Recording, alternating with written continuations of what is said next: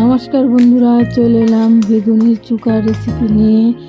একবার না বানালে না খেলে হবে জীবন বৃথা। তো দেখে নাও বেগুনের চুকা কীরকম করে আমি রেডি করেছি। প্রথমে শুকনো লঙ্কা ভেজে নামিয়ে নিলাম।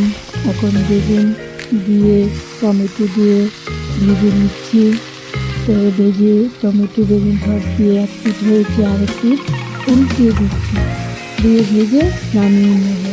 তো বেগুনের চোখা যদি না খাও একবার হলে ট্রাই করে দেখো। চমৎকার রেসিপি, খেতে পারি মজা, ভীষণ হয় চমৎকার।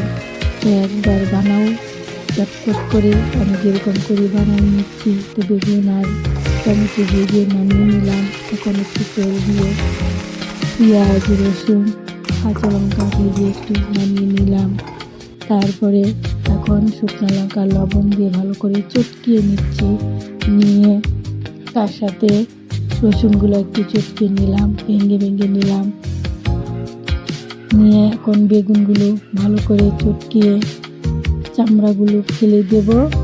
একসঙ্গে সব পেঁয়াজ রসুন শুকনো লঙ্কা হাত দিয়ে মেখে নিলাম। নিয়ে এক সাইড করে রেখে দিয়ে এখন বেগুনগুলো আবার চটকিয়ে নিচ্ছি। চটকিয়ে নিলাম। টমেটোর উপরে চামড়াটা ফেলে দিলাম, চিলকাটা ফেলে দিয়ে এখন ভালো করে চটকিয়ে নিলাম। এখন সবগুলো একসঙ্গে জড়ো করে ভালো করে এখন চটকিয়ে মেখে নিলাম। তার সাথে কাঁচা পেঁয়াজ একটু দিয়ে দিলাম, মজাদার করে দিয়ে দিলাম ধনে পাতার কুচি মজা করে দিয়ে দিলাম। তার উপরে সরিষা দিয়ে আবার ভালো করে চটকিয়ে সেরকম করে মেখে নিলাম। যতবার চটকিয়ে মাখা হবে ততটাই টেস্ট এটার মধ্যে বাড়বে।